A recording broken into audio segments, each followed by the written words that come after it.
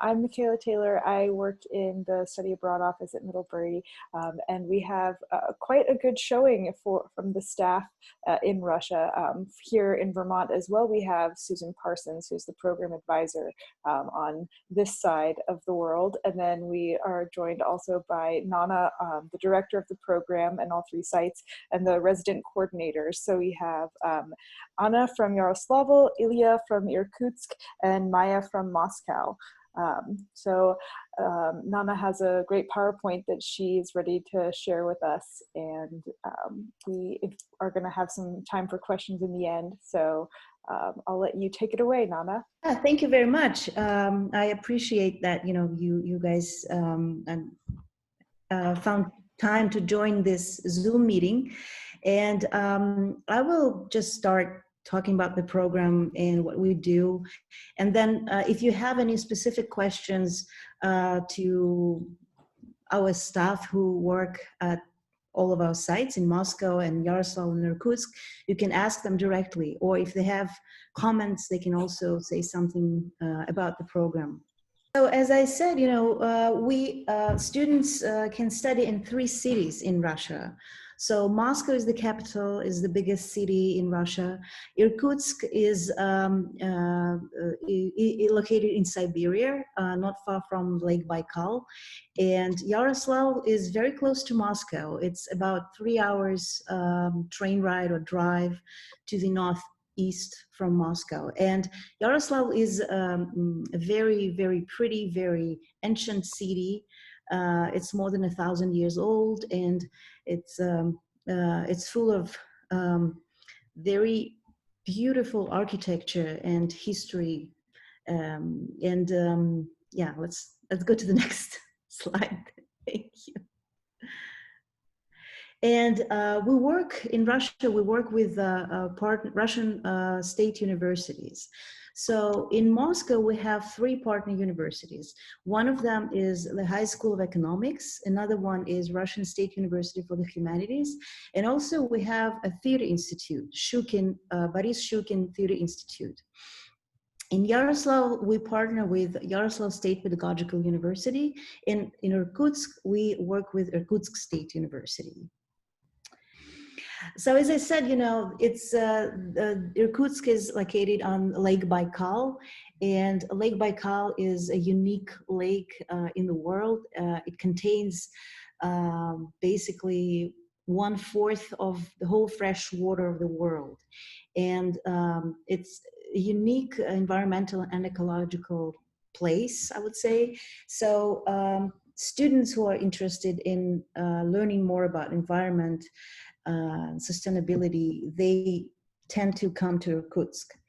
So at the university, our partner university in Irkutsk, students study different subjects, and natural science are amongst the most strong programs there. It is really a good place for those who enjoy outdoors, and Irkutsk is a place where you can find ethnic diversity. There are lots of people of different nationalities. Buryat, Tungus, Russians, of course, but also different diasporas all over the former Soviet Union. And it's a very interesting place to be. As I said, Yaroslavl is one of the oldest cities in Russia, and it's very rich in history. But we also say that Yaroslavl is a place where there are many young students, because there are many universities in Yaroslavl, and you can feel the vibe of the city when you get there. We used to say that it's a very good place for those students who just kind of started learning Russian, and they don't feel comfortable in being a big city, for example, because the way Yaroslavl has been designed historically is that the central part of the city feels very quiet and comfortable, and you don't have to take a long commute within this area. So the university is also in the central part of the city, and most of the students also live in the central part of Yaroslavl. So it's a cozy place, and it's good for those who don't like hectic places. Um, One of the strengths of this university, our partner university in Yaroslavl, is Russian and Russian literature, Russian culture. And as I mentioned, it's very close to Moscow, so you can easily get to Moscow by train. You can, get in the morning and then leave in the evening, so you don't need to, if you want to go to museums in Moscow, for example. Although there are plenty of museums at both Yaroslavl and Irkutsk as well, but, if you still want to get to Moscow, it's very easy to do from Yaroslavl. Irkutsk is not that easy. You actually have to fly about 5 or 6 hours. And so time difference between Moscow, Yaroslavl, and Irkutsk is 5 hours. So it's pretty far away, but Irkutsk is definitely a great place to learn more about Russian Asian part. So Moscow is a huge megapolis and a major travel hub. So from Moscow, you can go everywhere within Russia, and it's very easy to travel to other countries. Usually it's very easy to travel, not these days, because of the new realities, unfortunately, of COVID-19, but hopefully sooner or later we'll get back to normal life, and it will be easy to travel to Europe and other countries from Moscow again. So we say that it's probably better for students with more advanced Russian, just because, it's easy to keep speaking English all the time. You still can survive with no Russian in Moscow, and just a big temptation to stay in the bubble of English-speaking population. But and of course, if you have more advanced Russian language skills, you can get more from the opportunities that are available in this city. And of course, yes, there are the cultural life of the city is very rich.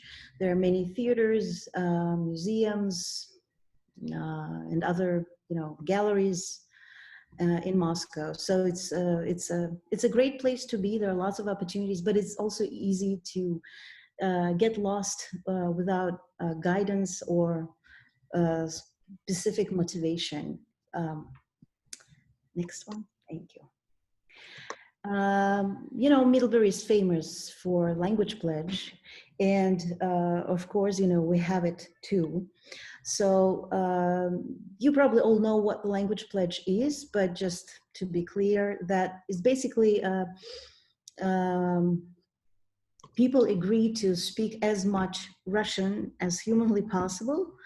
So we believe that that's the best way to learn the language, especially when you are in the country where you'll learn where they speak this language. So our students sign the language pledge. So when they arrive to Russia, usually they all arrive to Moscow first, and we have orientation meetings for them. And then there's when we still speak English and discuss different subjects, different topics that to make sure that everybody understands it. We talk about program philosophy. We discuss different issues on safety, on differences in academic systems and things like that. So after that, students sign language pledge, and we start communication in Russian. So of course, in emergency situations, and if there are some health issues, whatever, we switch to English. But basically, this is something that Middlebury staff decides when it's okay to switch back to English. But students are supposed to study and to communicate between themselves and between other participants of the program, between the staff in Russian. all of the classes that students take should be in Russian. So basically what we offer to the students, we have so-called Middlebury organized classes or special courses. And these classes are just for those students who are on our program. And these classes could be language classes and also content classes. For example, you know, we at each of the site, we have, of course, grammar and oral speech practice classes, and also students can choose special courses like history or literature or politics, anthropology, ecological issues. So, but these courses are also taught by professors whom we, local professors, Russian professors from our partner universities. But as I said, so these classes are just for the students who are on the program. But students with more advanced level of Russian can also choose mainstream classes. Mainstream classes, as we call them, are regular university classes with Russian students. And so here, students can choose whatever they want, whatever subjects they want. And we've had examples, you know, at all of the sites, students taking math, physics, computer science classes, and of course, you know, literature, history, and more traditional kind of stuff that we offer. But the opportunities here are very, very broad. And, you know, usually students, like a typical schedule is that, you know, a student takes the full load, I should say, the full load is 4 classes. So students can choose, they can, everybody has to take Russian language classes.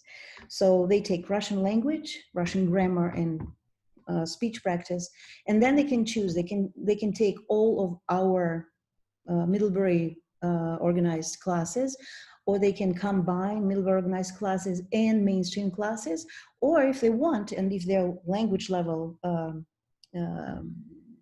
permits, they can take mainstream classes. So there's also an opportunity for internships.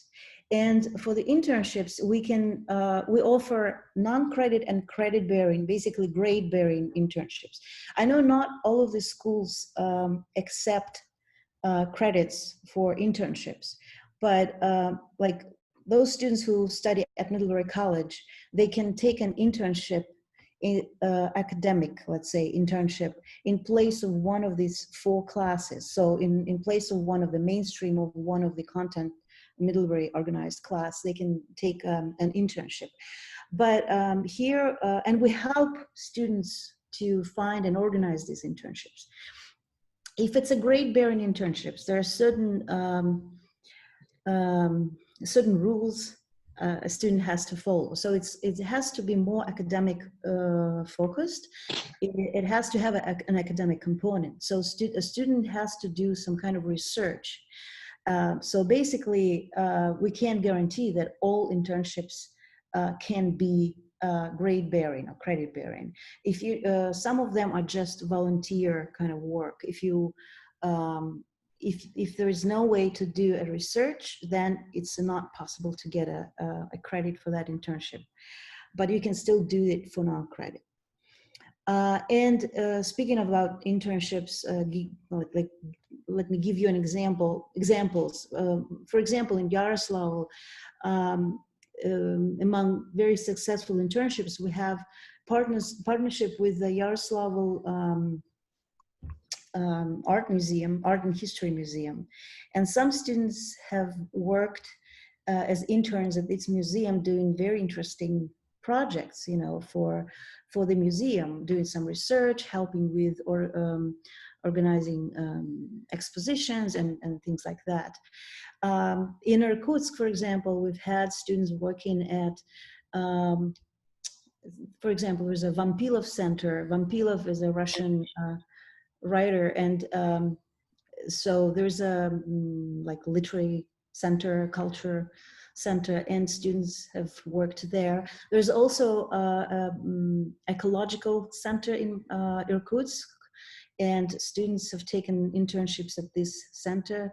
In Moscow, there are more opportunities for students to work with some think tanks, for example, like Carnegie Foundation usually is a very popular internship for students. But we also had students working at a real estate company. We had students working at Memorial, like a history society. We had students helping Children's Center. We had students helping or having an internship at Civil Rights Center in Moscow. So this could be a very broad range of different organizations that we work with. And of course, when we speak to students about this, we say we can't guarantee that you get this particular internship this semester, but we do our best, you know, because some places they want to have some kind of a contest before. Some places sometimes they don't have any work to offer, so that's why we can't guarantee that this will be like a continued, but we do try and always constantly look for new opportunities. Can we get to the new? Okay.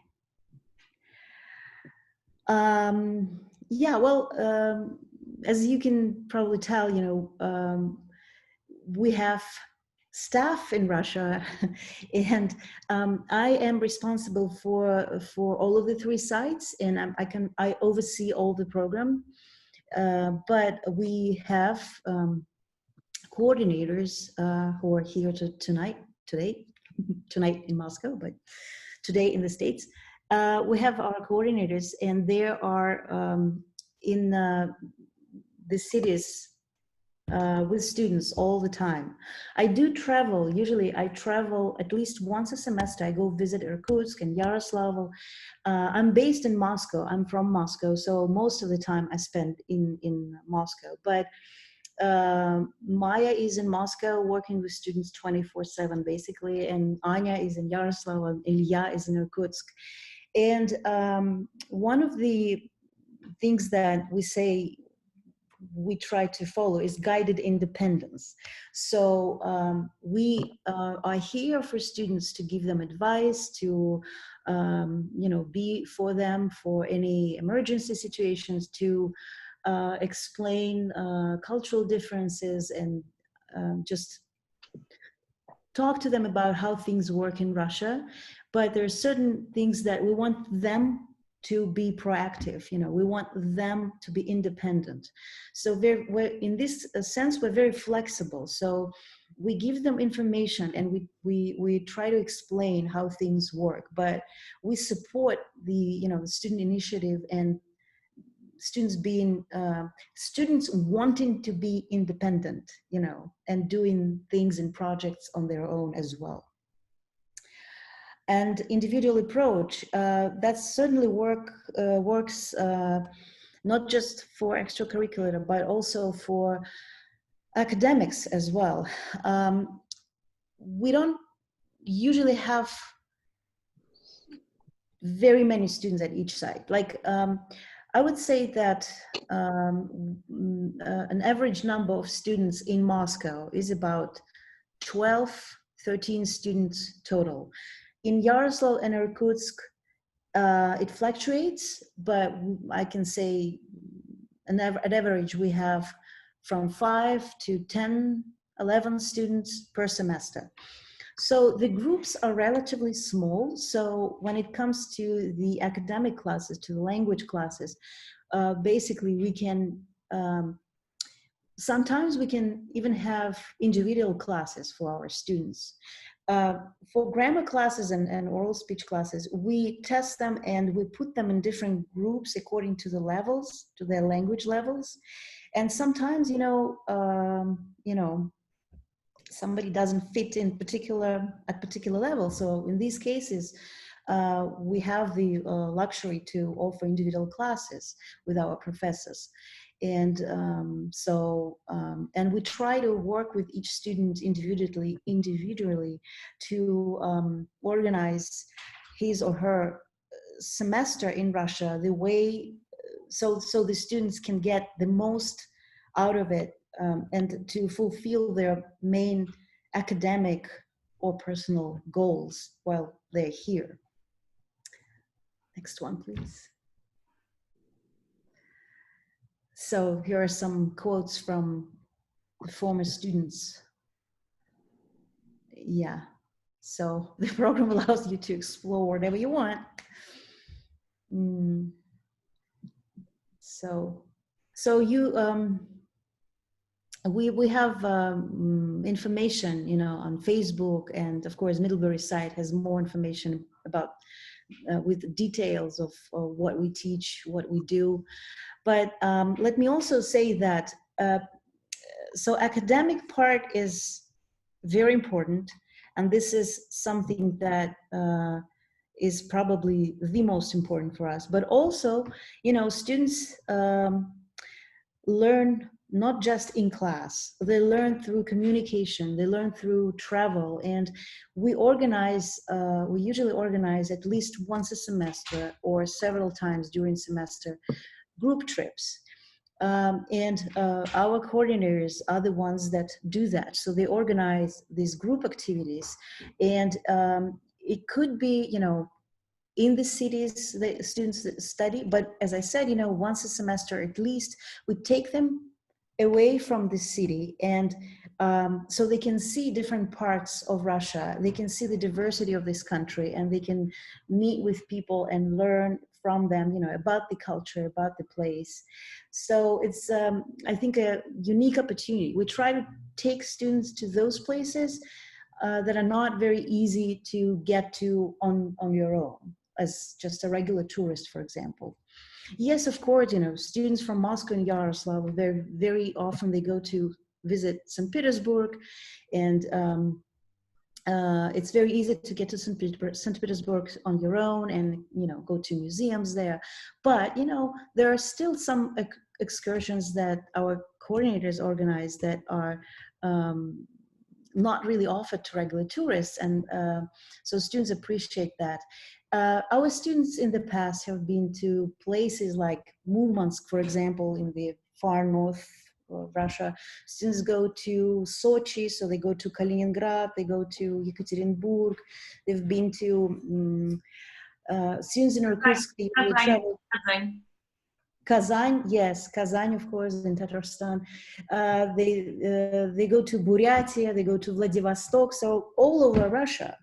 And I guess our coordinators can speak about that later, about that if you have questions.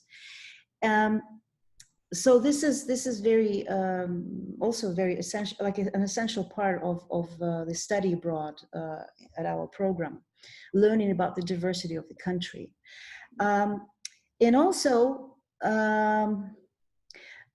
I should say that, yes, extracurricular activities, I mentioned internships, but also many students who come to Russia, they want to do sports, they want to do music. And so that's what we also help them to find, so they can meet with their peers through these activities. They can learn more about Russia, they can learn the language through these activities. So it's a very complex operation, basically. I didn't say where students live, and most of the students, they live in host families. Moscow is, at the moment, is the only place where we also offer dormitories to students. No, I'm wrong. We had a student in Irkutsk as well, but you know, so we regular offer in Moscow dormitories in Moscow, but at the other sites, students basically are required to stay with host families. And with many students agree that that's a very good way to to meet with Russians and to learn, from them as well. Most of the hosts that we have, elderly women, and those women who've been in the country, they've lived in the Soviet Union, and they're very eager to speak about it, about their life, about their everyday life. And so students learn a lot about the culture, about the history of this place. They practice their language, they practice, intercultural communication through this. But we think it's good for the language as well. So I guess I should stop now, and if you have any questions, if you have any comments, I'm ready to. I don't know, would coordinators like to comment or say a couple of words? Maybe I forgot something. I didn't say that in Irkutsk, or maybe Ilya, you can speak about the GPS projects. Oh, GPS project. So GPS project was our, hello everybody, good to see you all, sorry. GPS project was organized by Millbury College, and this is kind of cooperation between Millbury College, the Ecological Center in Irkutsk, Chinese, some ecological organizations, if I'm not mistaken, and in Japan. Yeah, and the GPS project is devoted GPS to... goes for Global Partnership for Sustainability. Yeah, yes, I wanted to say that. So, right. And we've started this project with Irkutsk 2 years ago, if I'm not mistaken. And we're trying to combine like our trips and GPS trips at the same time, because we travel a lot. And I think just the Ecological Center in Irkutsk plays the great role. And Anna Melnikova as a director, yeah, she does a great job.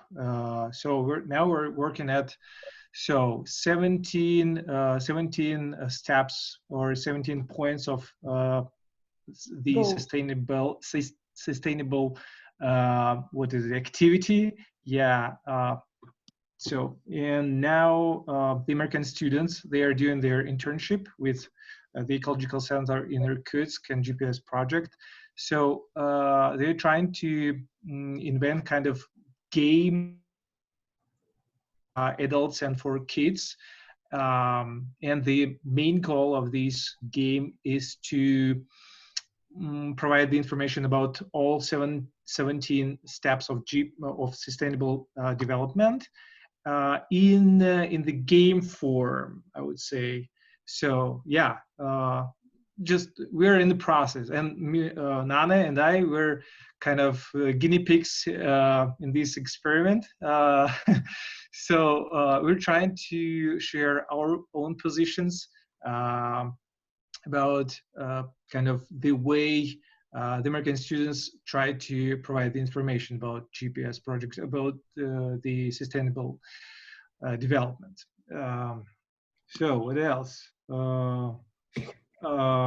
Just another part of GPS project in Irkutsk is so we're trying to make the sand map or just a map of sand around Lake Baikal, because Lake Baikal is unique, as Nana has already said. So, and there are very different minerals around Lake Baikal, and even the color of sand around Lake Baikal is different. Somewhere it is pinky, somewhere it's yellow, somewhere it's absolutely gray. So, and we're trying to make this map and to show what minerals were kind of in a basement, or just kind of minerals were used for producing sand beaches around Lake Baikal. Yeah. What else? the ecological center and students of our program, they made wonderful ecological game for kids, and it looks like memory with memory.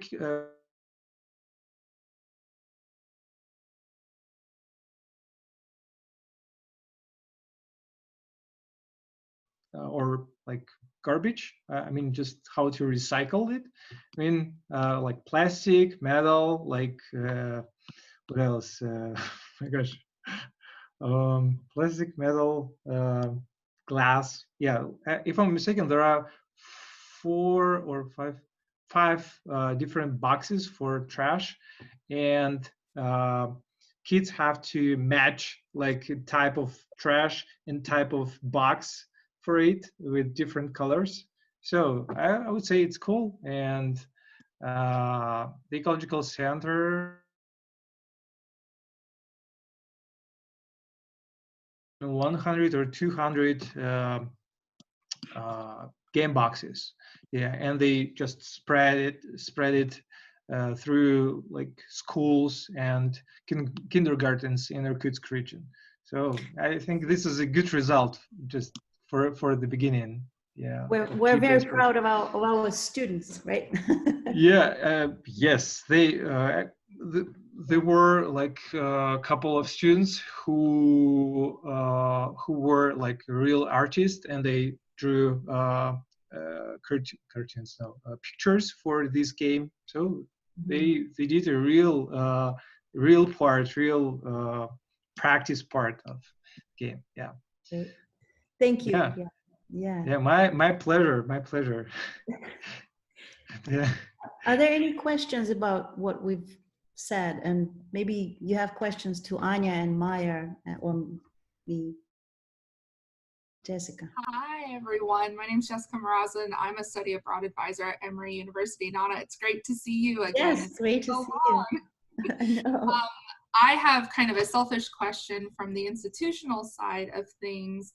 You know, we in our office have taken advantage of this downtime to kind of give our programs a facelift. So it was great to hear all of the information about the programs that I'm going to be adding to our program brochure pages. And I was wondering, this is a small ask, but if any of you coordinators, Nana, Michaela, if you guys had any photos of your programs on the ground, maybe examples of housing photos with host families, academic trips, that you could share with our team or maybe any other interested advisors, we would greatly appreciate that, just to get the programs out in the open so that when we have students coming in for advising appointments, we can readily share that with them.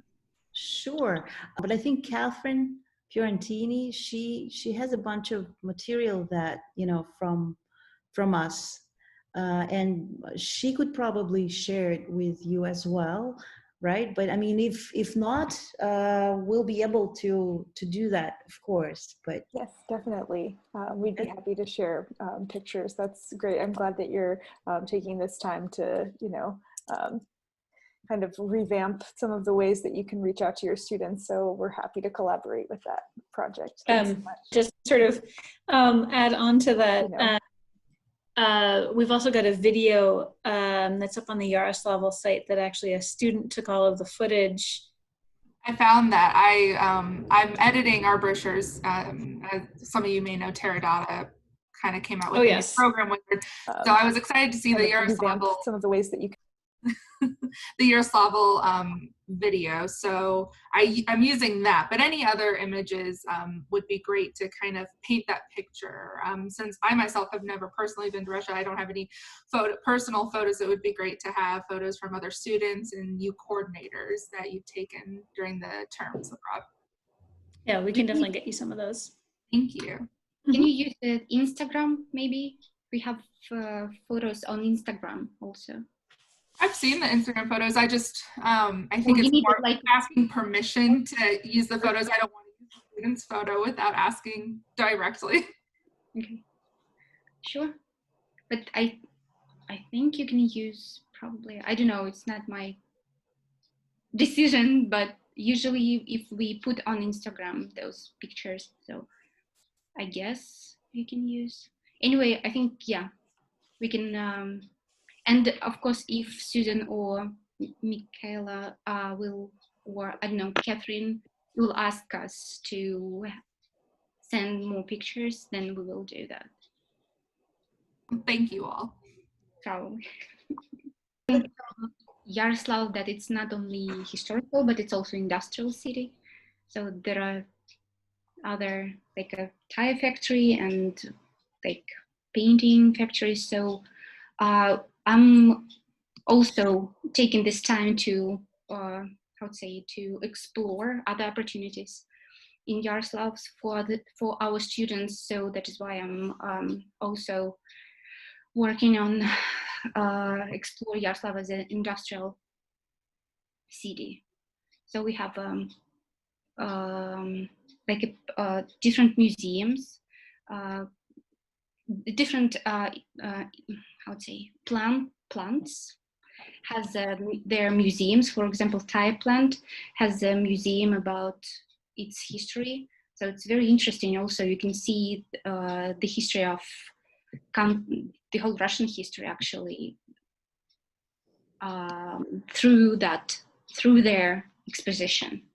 So that's kind of also probably can be interesting.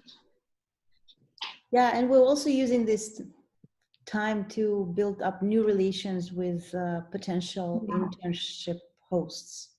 So that's a good timing for that. Right. That's true. Are there any other questions from students maybe? When are you this is the question to students, when are you considering coming to Russia? And if you are, when? Hopefully.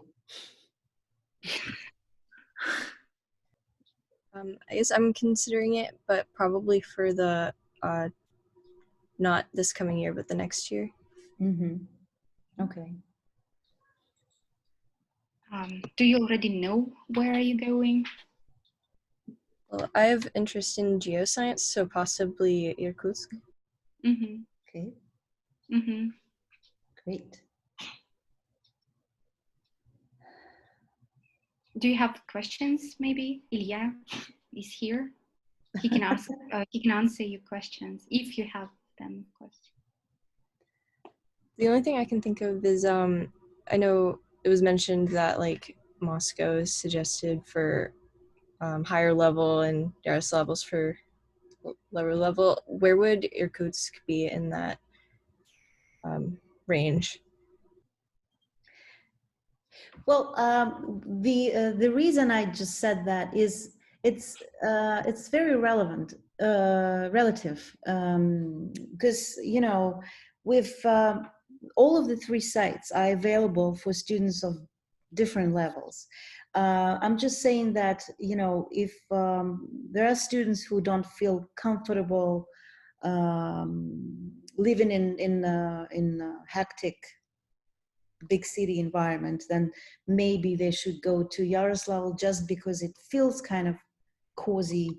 The part of the city is different, but it doesn't mean that students with advanced Russian skills shouldn't go to Yaroslavl, for example. Same about Irkutsk, you know, it's we can accommodate students with different levels at each of the site.